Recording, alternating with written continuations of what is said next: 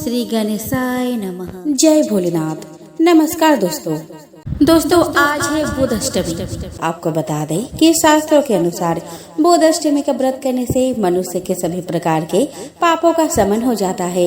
हिंदू धर्म के मान्यताओं के अनुसार जो भी मनुष्य बुध अष्टमी का व्रत करता है वह सभी प्रकार के पापों से मुक्त हो जाता है। हर महीने में 2 अष्टमी व्रत होते हैं। महीने की 2 अष्टमी में जो अष्टमी बुधवार को हो तो उसे बुध अष्टमी कहा जाता है। बुध अष्टमी के दिन बुध और सूर्य की विशेष पूजा अर्चना किया जाता है। जिन लोगों की जन्म कुंडली में बुध कमजोर है या बुध से संबंधित किसी प्रकार का कोई दोष है, उन लोगों को यह व्रत अवश्य करना चाहिए। इस व्रत को करने से बुध भी मजबूत होता है, साथ ही साथ सूर्य का भी शुभ प्रभाव प्राप्त होता है। जन्म कुंडली में बुध और सूर्य के एक साथ होने से बुध आदित्य नामक राजयोग बनता है, जो व्यक्ति के कुंडली और जीवन में बड़ा महत्वपूर्ण योग होता है। इसमें व्यक्ति के जीवन में यथाकृति की वृद्धि होती है।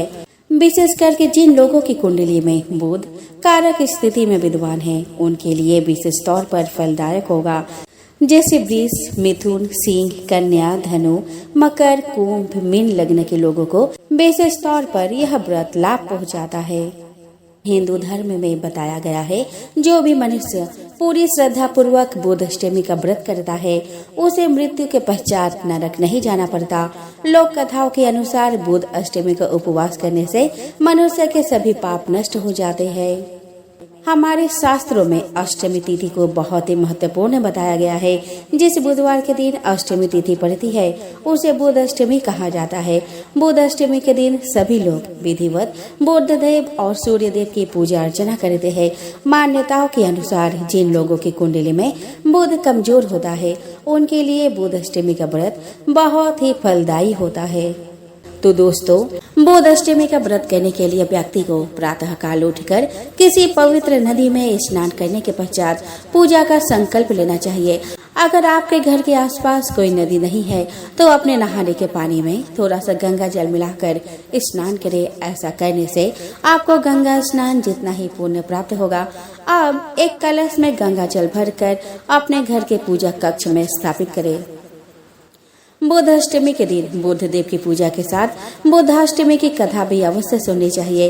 व्रत का संकल्प लेने के पश्चात बुध ग्रह की विधिवत पूजा अर्चना करनी चाहिए। बुधाष्टमी के दिन भगवान को भोग लगाने के लिए 8 प्रकार के पकवान बनाने चाहिए और इन्हें बांस के पत्तों में रखकर भगवान को भोग लगाना चाहिए। इस भोग को फल, फूल, धूप आदि के साथ बुध देव को चढ़ाना चाहिए। पूजा खत्म होने के पश्चात भगवान पर चढ़ाए गए भोगों को परिवार के सभी लोगों के साथ मिलकर ग्रहण करना चाहिए। कई जगहों पर बुध अष्टमी के दिन भगवान शिव और पार्वती की पूजा भी की जाती है। बुध अष्टमी के दिन आपके घर को अच्छी तरह से साफ सुथरा करके अपने इष्ट देव की पूजा करनी चाहिए। शास्त्रों के अनुसार इस दिन भगवान गणेश की भी पूजा की जाती है। बुध अष्टमी के दिन भगवान गणेश की पूजा करना भी शुभ माना जाता है। अब देख लेते हैं बुध अष्टमी के व्रत करने से हमें क्या क्या फायदे, हमें क्या लाभ मिलता है। जो भी मनुष्य पूरे विधि विधान से बुध अष्टमी का व्रत करता है उसके 7 जन्मों के पाप नष्ट हो जाते हैं। बुध अष्टमी का व्रत करने से धन, धान्य, पुत्र और ऐश्वर्य की प्राप्ति होती है। बुध अष्टमी का व्रत करने से मनुष्य धरती पर सभी सुखों का भोग कर मृत्यु के पश्चात स्वर्ग को प्राप्त होता है। दोस्तों, बुधाष्टमी के दिन इन मंत्रों का जाप जरूर करें। ओम बुन बुधाय नमः, ओम सुबुद्धि प्रदाय नमः, ओम सौम्य ग्रहाय नमः, ओम सर्व सौख्या प्रदाय नमः। दोस्तों, अगर आपकी कुंडली में बुध दोष है और आप अपनी कुंडली से बुध दोष को दूर करना चाहते हैं तो बुध अष्टमी के दिन ये छोटे छोटे उपाय करके इस दोष से छुटकारा पा सकते हैं। भगवान गणेश को मोदक बहुत प्रिय है। अगर आप बुध दोष से छुटकारा पाना चाहते हैं तो बुध अष्टमी के दिन भगवान गणेश को मोदक का प्रसाद चढ़ाएं। अपने कुंडली से बुध दोष के प्रभाव को दूर करने के लिए बुध अष्टमी के दिन अपने हाथ की सबसे छोटी अंगुली में पर्ण रत्न धारण करें। पन्ना रत्न धारण करने से पहले किसी ज्योतिषी से सलाह जरूर लें। बुधवार के दिन गाय को हरी घास खिलाने से भी भगवान गणेश प्रसन्न होते हैं और बुध दोष का असर कम होता है। कुंडली से बुध दोष को दूर करने के लिए बुध अष्टमी के दिन भगवान गणेश को सिंदूर अर्पित करें। दोस्तों, बुध अष्टमी के दिन स्नान करने के पश्चात किसी मंदिर में जाकर गणेश जी को दूर्वा चढ़ाएं। अगर आप भगवान गणेश की दूर्वा की 11 या 21 गांठ चढ़ाते हैं तो इससे आपको बहुत जल्द फल प्राप्त होगा। आइए दोस्तों, आप श्रवण करते हैं बुध अष्टमी व्रत कथा का। मिथिला नाम की एक नगर में नेमि नाम का एक राजा रहते थे। वह एक लड़ाई में मारे गए। उनकी पत्नी, जिनका नाम उर्मिला था, अपने पति के बिना राज्य से निराश्रित हो इधर उधर भटकने लगी। तब अपने 2 बच्चे को लेकर वह अवंती देश चली गई और वहाँ एक ब्राह्मण के घर में गेहूं पीसने का काम करती थी। और गेहूं पीसते समय वो थोड़े से गेहूं चुरा कर रख लेती और उससे अपने भूखे बच्चों का पालन करती थी। कुछ समय बाद उर्मिला का निधन हो गया, पर उसके बच्चे बड़े हो चुके थे। उसका पुत्र बड़ा होकर मिथिला आया और पिता के राज्य को वापस प्राप्त कर शासन करने लगा। उसकी बहन श्यामला भी विवाह योग्य हो गई थी। वो अत्यंत रूपवती थी और वह उसका विवाह अवंती देश के राजा धर्मराज से हो गया था। एक दिन धर्मराज ने अपनी पत्नी श्यामला से कहा कि हे प्रिय, तुम सभी काम करना, परंतु ये 7 स्थानों जिनमें ताले बंद है, इनमें तुम कभी मत जाना। श्यामला ने बहुत अच्छा कहकर पति की बात मान ली। उसके मन में उत्सुकता बनी रही। एक दिन जब धर्मराज अपने किसी कार्य में व्यस्त थे, तब श्यामला ने एक मकान का ताला खोलकर वहां देखा।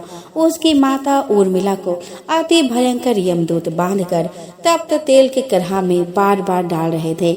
लज्जित होकर श्यामला ने वो कमरा बंद कर दिया। फिर दूसरा कमरा खोला तो देखा कि वहाँ भी उसके माता को यमदूत शीला के ऊपर रखकर पीस रहे थे और माता चिल्ला रही थी। इसी प्रकार तीसरा कमरा खोला तो देखा कि यमदूत उसकी माता के मस्तक में कीले ठोक रहे थे। इसी तरह चौथे में अति भयंकर श्रवान उसका भक्षण कर रहे थे। 5वें में लोहे के सदस्य उसे पीड़ित कर रहे थे। 6ठे में कोल्हू के बीच ईख के समान पेरी जा रही थी और 7वें को खोलकर देखा तो वहाँ भी उसकी माता को हजारों कृमि भक्षण कर रहे थे और वह रुधिर आदि से लथपथ हो रहे थे। यह देखकर श्यामला ने विचार किया कि मेरी माता ने ऐसा कौन सा पाप किया जिससे वह इस दुर्गति को प्राप्त हुई।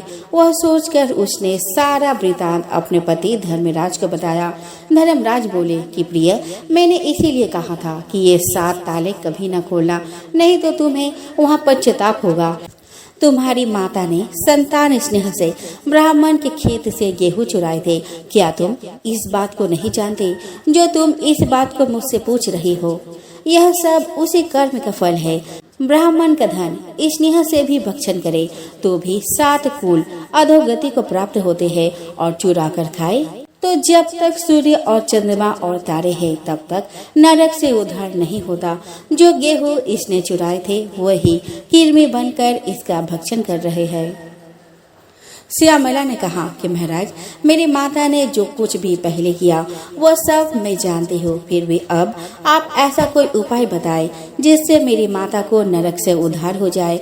इस पर धर्मराज ने कुछ समय विचार किया और कहने लगे कि प्रिय, आज से 7 जन्म पूर्व तुम ब्राह्मणी थी। उस समय तुमने अपने सखियों के साथ जो बुधाष्टमी का व्रत किया था, यदि उसका फल तुम संकल्प पूर्वक अपने माता को दे दो तो इस संकट से उसके मुक्ति हो जाएगी। यह सुनते ही श्यामला स्नान कर अपने व्रत का पुण्य फल संकल्प पूर्वक माता के लिए दान कर दिए।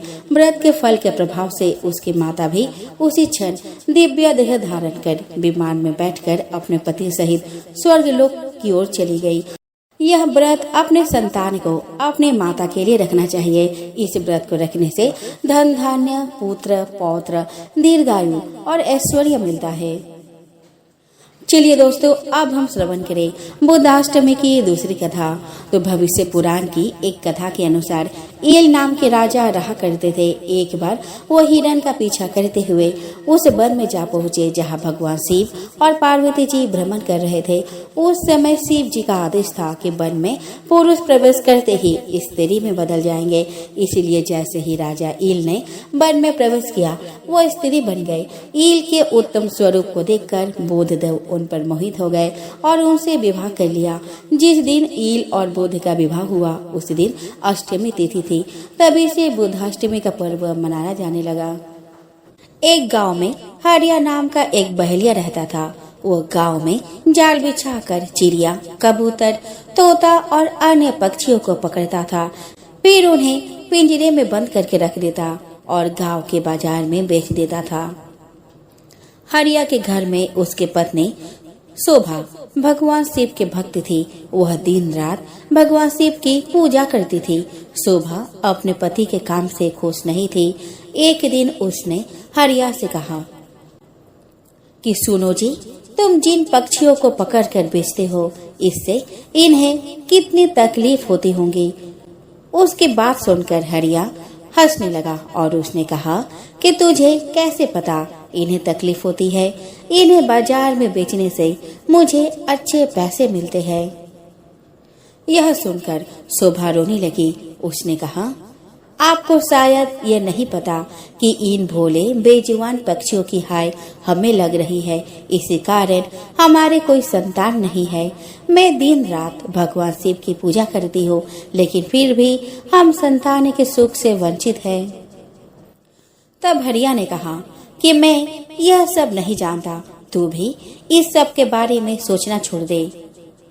यह कहकर हरिया पक्षी पकड़ने चल देता है। शाम को हरिया पिंजरे में पक्षियों को लेकर आता है और झोपड़ी में रख देता है। अगले दिन फिर से हरिया पक्षियों को पकड़ने चला जाता है। तभी कोई घर का दरवाजा खटखटाता है। शोभा दरवाजा खोलकर देखती है तो उसके सामने एक ब्राह्मण अपने पत्नी के साथ खड़े थे। शोभा उनसे कहती है, महाराज, आप लोग कौन है? तब ब्राह्मण कहता है, बेटी, हम बहुत दूर से हैं। कुछ दिन इस गांव के शिव मंदिर में अमर कथा वाचने आई है, इसीलिए घर घर जाकर उसका निमंत्रण दे रहे हैं। तुम भी कल से अपने परिवार के साथ कथा सुनने आना। यह सुनकर शोभा बहुत खुश हुई और उसने कहा, हे ब्राह्मण देवता, मेरे तो भाग्य खुल गए। ऐसा अवसर तो किस्मत वालों को मिलता है, परंतु आप दोनों की रहने की व्यवस्था कहाँ है? तब ब्राह्मण ने कहा कि बेटी, मंदिर के पंडित जी ने हमारे रहने का इंतजाम मंदिर में ही कर दिया है और इस गांव में जो भी हमें सम्मान और प्यार से भोजन कराएगा हम भोजन कर लेंगे। यह सुनकर शोभा की आंखों में आंसू बहने लगे। उसने रोते हुए कहा, महाराज, मैं बहुत गरीब हूँ, लेकिन मेरी इच्छा है कि जब तक आप इस गांव में रहे आप मेरे घर में भोजन करें, परंतु मेरे घर में रूखा सूखा है जो आपको पसंद नहीं आएगा। यह सुनकर ब्राह्मण की पत्नी बोली, बेटी, तुम चिंता मत करो। यदि तुम्हारी इच्छा हमें भोजन कराने की है तो हर दिन हम तुम्हारे घर में ही भोजन करेंगे। तुम्हारे रूखे सूखे एक निवाले से ही हमारी तृप्ति हो जाएगी। यह सुनकर शोभा बहुत खुश हो गई। उसने कहा, मैं आपके लिए भोजन तैयार करती हूँ। तब ब्राह्मण ने कहा, माई, तुम भोजन तैयार करो, हम पूरे गांव में निमंत्रण देकर तुम्हारे घर आएंगे। यह कहकर दोनों चले जाते हैं। शोभा भोजन तैयार करती है। कुछ समय बीत जाने के बाद दोनों पति पत्नी शोभा के घर भोजन करने आ जाते हैं। जब वे भोजन करने बैठते हैं तभी ब्राह्मण की नजर पिंजरे में पक्षियों पर पड़ती है। वे उठकर खड़े हो जाते हैं। शोभा उनसे पूछती है, महाराज, क्या मेरे से कोई भूल हो गई? ब्राह्मण ने क्रोधित होते हुए कहा, तुमने इन बेजुबान पक्षियों को पिंजरे में कैद कर रखा है। हम तुम्हारे घर भोजन नहीं कर सकते। तुम भगवान शिव की अमर कथा सुनना चाहती हो और उनके प्रिय कबूतरों को तुमने कैद कर रखा है। ये कहकर वे चल देते हैं। शोभा उनके पैर पकड़ लेती है और कहती है, हे ब्राह्मण देवता, मेरे घर से रुष्ट होकर ना जाइए। मैं तो वैसे भी संतान सुख से वंचित हूँ। अगर आप भी बिना भोजन किए चले गए तो हमारा सर्वनाश निश्चित है। यह पक्षी मेरे पति ने पकड़े हैं, मैं अभी इन्हें आजाद कर देती हूँ। यह कहकर वह बाहर जाकर सारे पक्षियों को आजाद कर देती है। यह देखकर ब्राह्मण पत्नी सहित भोजन करते हैं और शोभा को सौभाग्यवती और पुत्रवती होने का आशीर्वाद देकर चले जाते हैं। शाम को जब हरिया आता है, वह पिंजरा खाली देखकर शोभा से पूछता है। तब शोभा उसे सारी घटना बता देती है। हरिया गुस्से में कहता है, मैं इतनी मेहनत से पक्षी पकड़ कर लाया था और तूने सब उड़ा दिए। आज के बाद किसी को भोजन पर मत बुलाना। तब शोभा कहती है, मैंने तो उन दोनों को 7 दिन का न्योता दे दिया है, अब मैं पीछे नहीं हट सकती। उन्होंने मुझे सौभाग्यवती और पुत्रवती होने का आशीर्वाद दिया है। अमर कथा का वाचने वाले सच्चे ब्राह्मण का आशीर्वाद कभी बेकार नहीं जाता। अगर उन्हें भोजन नहीं कराया और उन्होंने गुस्से में श्राप दे दिया तो हमारा सर्वनाश हो जाएगा। आप केवल 7 दिन पक्षियों को मत पकड़ना, बाद में जो चाहे करना। हरिया को हार कर उसकी बात सुननी पड़ी। वह बेमन से 7 दिन घर पर ही रहने लगा। हर दिन ब्राह्मण उसकी पत्नी भोजन करने आते। उनके आने से पहले हरिया घर से चला जाता। उसे यह सब पसंद नहीं था। शाम के समय शोभा कथा सुनने जाती। वह हरिया से भी चलने को कहती, लेकिन हरिया मना कर देता था। इसी तरह 6 दिन बीत गए। रात को शोभा ने हरिया से कहा, आपने मेरे कहने से 6 दिन पक्षियों को नहीं पकड़ा, बस आप मेरी एक बात और मान लीजिए। हरिया ने कहा, क्या बात है? वैसे भी मैं केवल कल ही घर पर रुकूंगा, परसों से अपने काम पर जाऊंगा।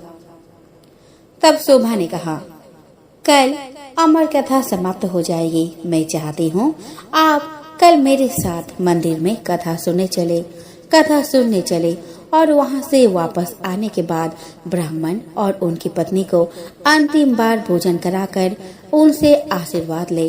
क्या पता उनके आशीर्वाद से हमें संतान का सुख मिल जाए। हरिया उसके बात सुनकर अगले दिन कथा सुनने चल देता है। मंदिर में कथा सुनते सुनते हरिया की आंखों से आंसू बहने लगते हैं।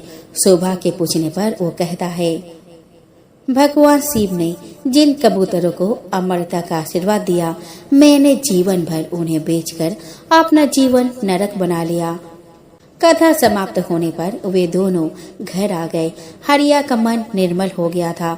उसने शोभा से कहा, मैं आज से ही यह काम छोड़ दूंगा और मेहनत मजदूरी करूंगा। कुछ देर बाद ब्राह्मण और उसकी पत्नी भोजन करने आए।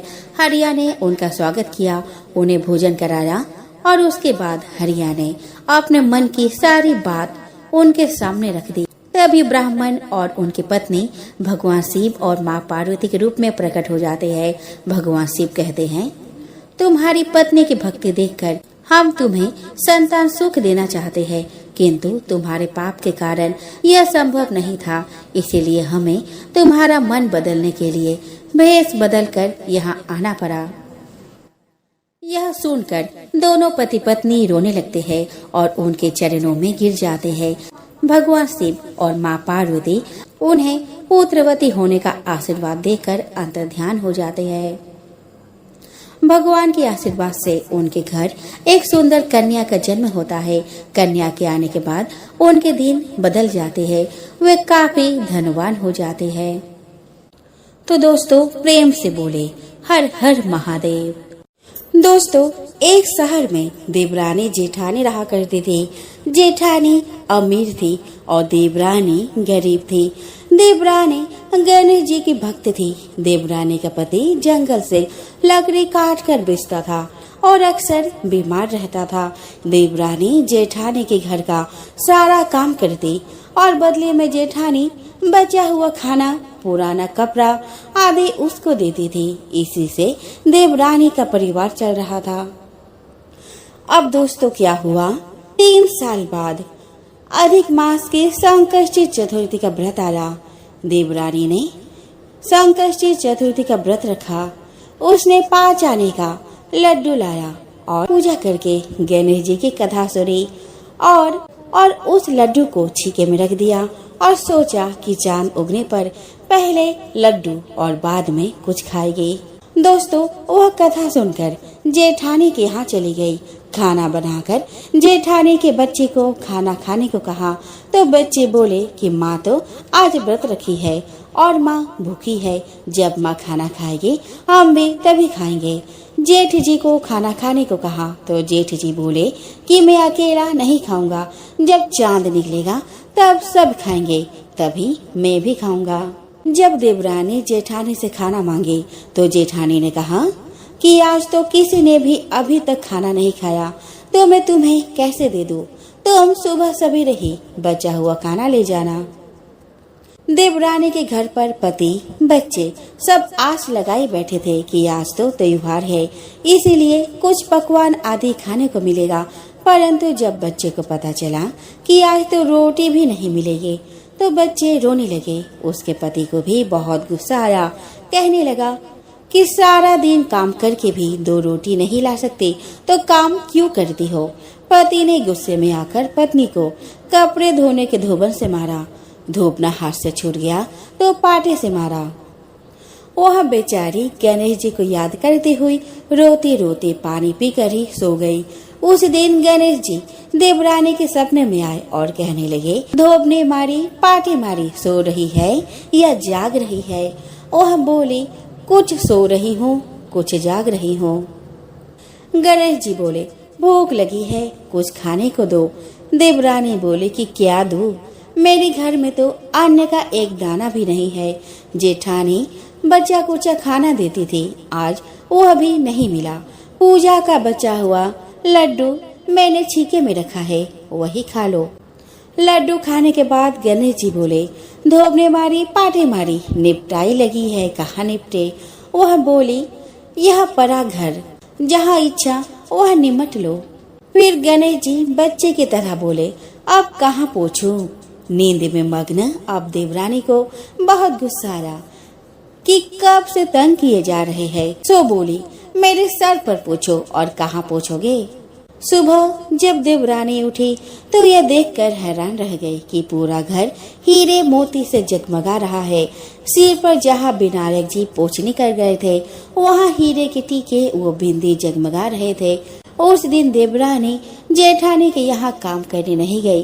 बड़ी देर तक राह देखने के बाद जेठानी ने बच्चों को देवरानी को बुलाने भेजा। जेठानी ने सोचा कल खाना नहीं दिया, इसीलिए शायद देवरानी बुरा मान गई है। बच्चे बुलाने गए और बोले कि चाची चलो, माँ ने बुलाया है, सारा काम पड़ा है। देवरानी ने जवाब दिया, अब उसकी जरूरत नहीं है, घर में सब भरपूर है। गणेश जी के आशीष से बच्चों ने घर जाकर माँ को बताया कि चाची का तो पूरा घर हीरे मोतियों से जगमगा रहे हैं। जेठानी दौड़ती हुई देवरानी के पास आई और पूछा कि यह सब कैसे हुआ। देवरानी ने उसके साथ जो हुआ वो सब कह डाला। घर लौटकर जेठानी अपने पति से कहा कि आप मुझे धोबने और पाटे से मारो। उसका पति बोला कि भली मानस, मैंने कभी तुम पर हाथ नहीं उठाया, मैं तुम्हें धोबने और पाटे से कैसे मार सकता हूँ? वह नहीं मानी और जिद करने लगी। मजबूरन पति को उसे मारना पड़ा। उसने ढेर सारा घी डालकर चूरमा बनाया और छीके में रखकर सो गई। रात को चौथ विनायक जी सपने में आए और कहने लगे कि भूख लगी है, क्या खाऊं? जेठानी ने कहा कि हे गणेश जी महाराज, मेरे देवरानी के यहाँ तो आपने सूखा लड्डू खाया था, मैंने तो झरते घी का चूरमा बनाकर आपके लिए छीके में रखा है। फल और मेवे भी रखे हैं, जो चाहे खा लीजिए। बाल स्वरूप गणेश जी बोले, अब निपटे कहाँ? जेठानी बोली, उसके यहाँ तो टूटी फूटी झोपड़ी थी, मेरे यहाँ तो कंचन के महल है, जहाँ चाहो निपट लो। फिर गणेश जी ने पूछा कि अब पोछू कहाँ? जेठानी बोली, मेरे ललाट पर बड़ी सी बिंदी लगा है, वहाँ पोछ लो। धन की भूखी जेठानी सुबह बहुत जल्दी उठ गई। सोचा घर हीरे जवाहरत से भर चुका होगा, पर देखा तो पूरे घर में गंदगी फैली हुई थी। तेज बदबू आ रही थी। उसके सिर पर भी बहुत सी गंदगी लगी हुई थी। उसने कहा, हे गणेश जी महाराज, ये आपने क्या किया? मुझसे रूठे और देवरानी पर टूटे। जेठानी ने घर की सफाई करने की बहुत कोशिश करी, परंतु गंदगी और ज्यादा फैलती गई। जेठानी के पति को मालूम चला तो वह भी बहुत गुस्सा हुआ और बोला, तेरे पास इतना सब कुछ था, फिर भी तेरा मन नहीं भरा। परेशान होकर चौथ के गणेश जी से मदद की विनती करने लगी। गणेश जी ने कहा कि देवरानी से जलन के कारण तूने जो किया था वह इसी का फल है। अब तू अपने धन में से आधा उसे दे देगी, तभी यह सब साफ होगा। उसने आधा धन बांट दिया, किंतु मोहरों की एक हांडी चूल्हे के नीचे गाड़ रखी थी। उसने सोचा किसी को पता नहीं चलेगा और उसने उस धन को नहीं बांटा। उसने कहा कि हे श्री गणेश जी, आप तो अपना यह बिखराव समेटो। गणेश जी बोले, पहले चूल्हे के नीचे गाड़ी हुई मोहरों की हांडी सहित ताक में रखी हुई 2 सुइयों के भी 2 हिस्से कर दो। इस प्रकार गजानन ने बाल स्वरूप में आकर सुई जैसी छोटी सी चीज का भी बंटवारा किया और अपने माया समेटी। हे गणेश जी महाराज, जैसे आपने देवरानी पर कृपा की वैसे सब पर करना। कहानी कहने वाले, सुनने वाले वह हुंकार भरने वाले सब पर कृपा करना, लेकिन जेठानी को जैसे सजा दी वैसे किसी को मत देना।